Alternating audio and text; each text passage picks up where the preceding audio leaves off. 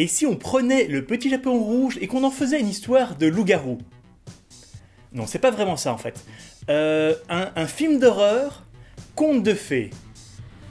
Non, c'est pas ça non plus. J'arrive vraiment pas à résumer ce film. Je crois qu'on tient là vraiment un nouvel ovni du cinéma.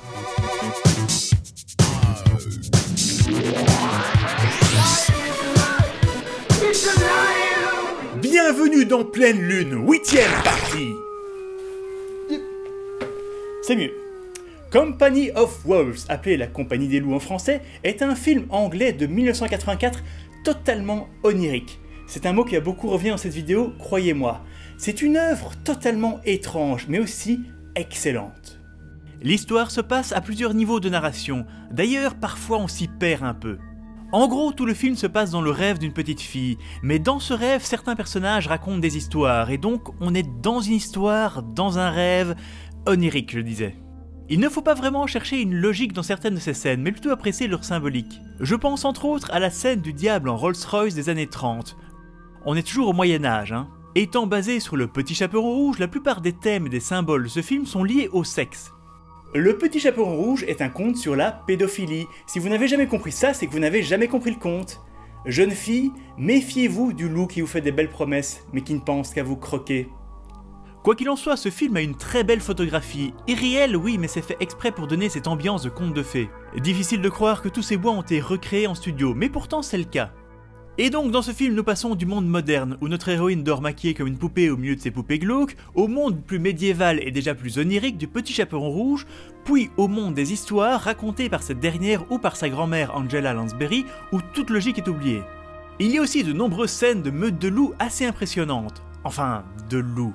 La plupart des entre guillemets loups sont en fait des chiens de berger belges dont les poils ont été teints, et pour être honnête, ça saute aux yeux. Mais il y a quand même quelques impressionnantes scènes tournées avec de vrais loups, et une jeune actrice de 12 ans, je vous le rappelle. D'ailleurs, tout comme sur le tournage de Wolfen, il y avait ici aussi des tireurs sur le plateau prêts à abattre la bête en cas de réaction imprévue. En effet, on peut apprivoiser un chien avec de la nourriture, on peut apprivoiser un homme avec de l'argent, mais on ne peut jamais complètement apprivoiser un loup.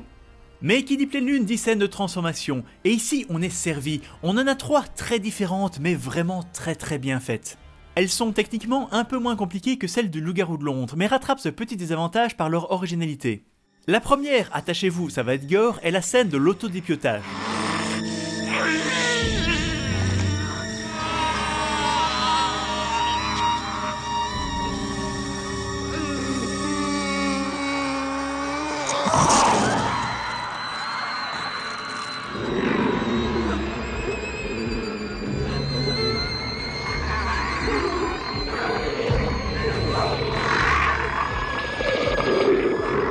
Ensuite, nous avons l'excellente scène des nobles décadents qui sont transformés en loups par une sorcière.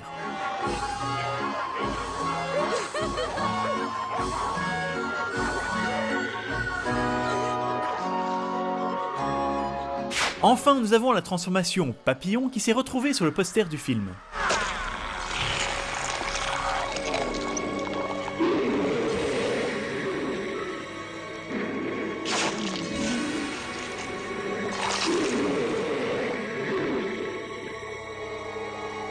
Après s'être attaqué au lycanthrope, le réalisateur Neil Jordan s'est attaqué aux chauves-souris, car il a réalisé 10 ans plus tard Entretien avec un vampire. Au fait, ce DVD, si vous voulez voir La Compagnie des Loups, est disponible dans le commerce, même si ce film mérite bien une sortie Blu-ray maintenant. Maintenant, je vous invite forcément à vous abonner à la chaîne en cliquant sur ce lien. Vous pouvez aussi retrouver toutes les ovnis du cinéma dans cette playlist, ainsi que plus de vidéos, paf, sur la chaîne Zone Geek. Quoi qu'il en soit, s'il vous plaît, partagez cette vidéo, mettez des commentaires, des pouces bleus, tout ce que vous voulez, et tout ce qu'il me reste à vous dire, c'est...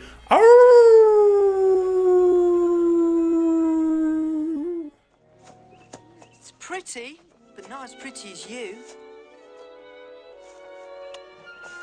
Wasn't that nice? No.